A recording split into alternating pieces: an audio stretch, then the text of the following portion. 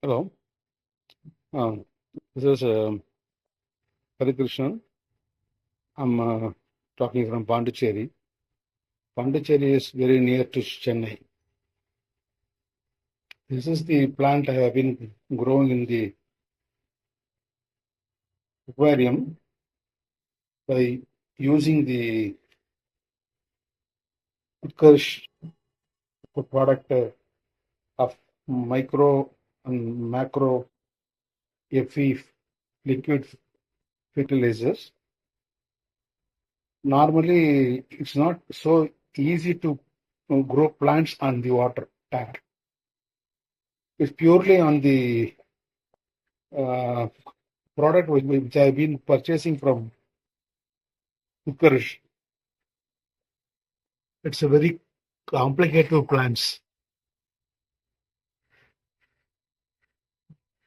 It is not very easily can grow in the water. And the fertilizer I've been using from Utkarsh is very good because there are a lot of fish in the tanks.